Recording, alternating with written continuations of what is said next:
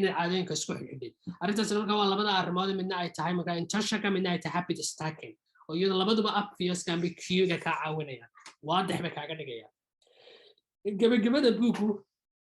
ama gabagabada arrimaha kaga hadlay buuga waxa kamid ah the downside of creative habit wax la yiraahdo waa maxay qaybta negative-ka ah ama downside wax kasta waxay leeyihiin upside iyo downside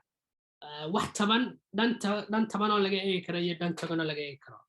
marka ma jirtaa dhan taban oo laga eegi karo in caadooyin la samaysto ha dhanka togan horta aan si kooban u sheegna mar labaad qeexidina wanay ku sheegnay upside-ka ama dhanka togan si fudud waxa weeyaan habitsku waxaan qabanaa inagoo without thinking inagoo ka fikirin habits iska sameynaa because waxaan nidhi energy-na kaagama baahnaa effort-na kaagama baahnaa tamar badanna kaama qaadanayaan dadaal badanna kaama qaadanayaan taas waa caadooyinka marka waa upside-ka waa qaybta positive-ka ee wanaagsan caadooyinka leeyahay downside-ku waa maxay simply dhanka negative-ku waa maxay waxa weeyaan we stop paying attention to the little errors waxaan joojinaa inaan u fiirsanan dugmo u yeelano qaladaadka yaryar inaad dugmo u yeelato inaad joojisana maxay keenaysaa way fara badanaysaa hadda waxaad ogaanaysaa marka adigoo qaladaadkaaga badanaya saa daraadeed wuxuu ku leeyahay markaa downside-ka si aad uga badbaadid caado markaad samaysanaysid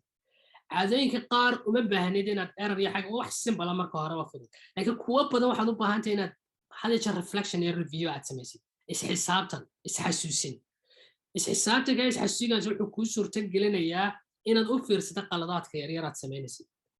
مثلا الصلاة وكلا هذا ترى happy توما سميسانا عادة أنا قا كعيو تكدون من ساركيا كورن إما سقلت من صلاة سمين حتى القرآن كذا خريسي ما فهمسي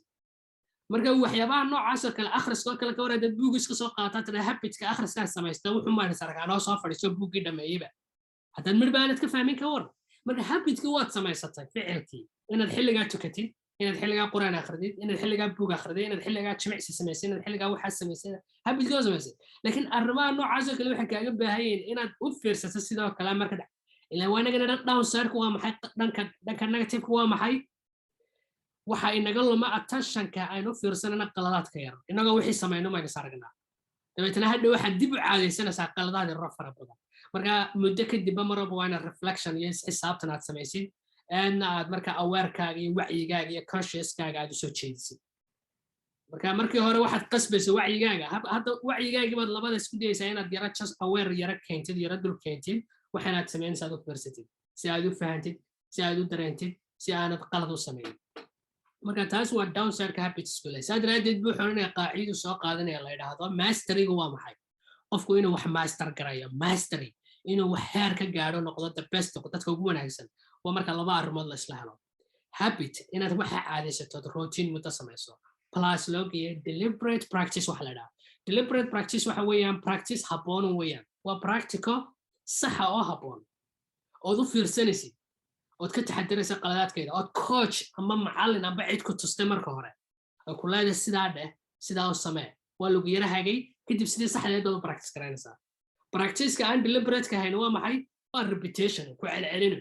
waad practice garaysaa laakiin waxaanaad samaynaysaa sidii saxdeed maaha exercise-ka iyo jimicsiga dadka sameeya haddii biraha si qaldan u qaadaan waxa laga yaabaa inay laf jabto ama muruqyadu si qaldan u kala weynaadaan because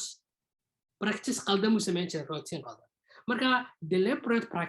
practice saxan oo habboon oo loo geeyo caadooyin ayaa mastery u ka imaada inaad wax markaa ku noqotid khabiir ama master